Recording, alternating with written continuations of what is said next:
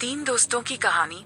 जंगल के भीतर बसे एक छोटे से शहर में तीन दोस्तों रोहित, कुमार और संतोष ने शहर के जीवन की हलचल से बचने के लिए सप्ताहांत कैंपिंग यात्रा पर निकलने का फैसला किया।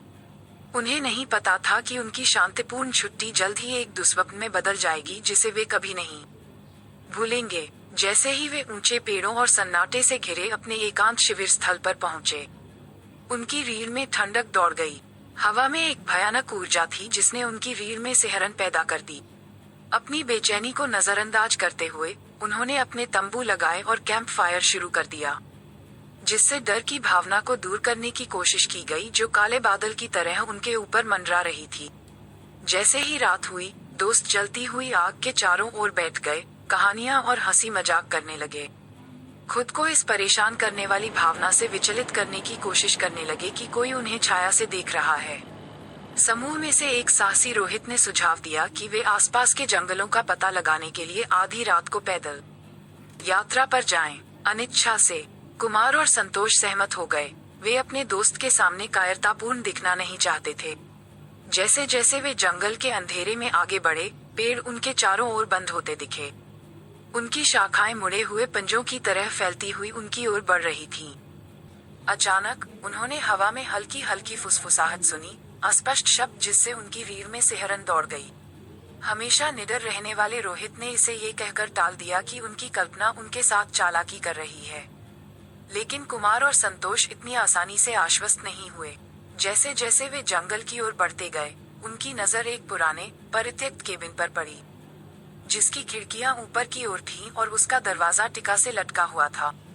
दोस्त एक दूसरे पर घबराई हुई निगाहें डाल रहे थे और सोच रहे थे कि इसकी दीवारों के भीतर कौन से रहस्य छिपे हैं। जिज्ञासा उन पर हावी हो गई और वे सावधानी से केबिन में दाखिल हुए। उनके पैरों के नीचे फर्श चरमरा रहा था। अंदर की हवा बासी और बासी थी, जो बाहर की ताजी खुशबू से बिल्कुल विपरीत थी। जैसे ही उन्होंने कमरों की जांच की, उनकी नजर धूल भरी एक पुरानी किताब पर पड़ी, जिसके पन्ने उम्र के साथ पीले हो गए थे।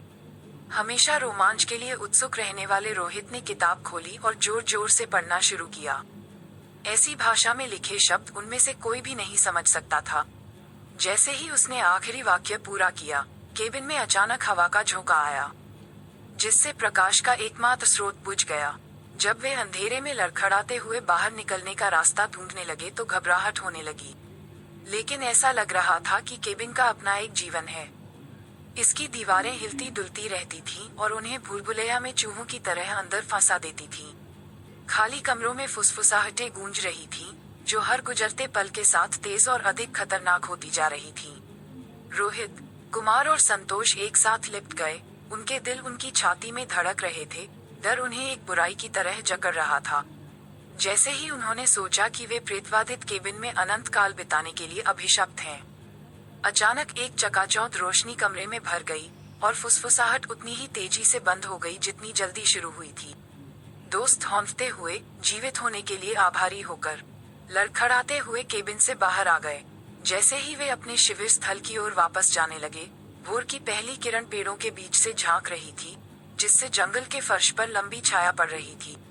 रोहित, कुमार और संतोष जानते थे कि वे उस रात की भयावहता को कभी नहीं भूलेंगे।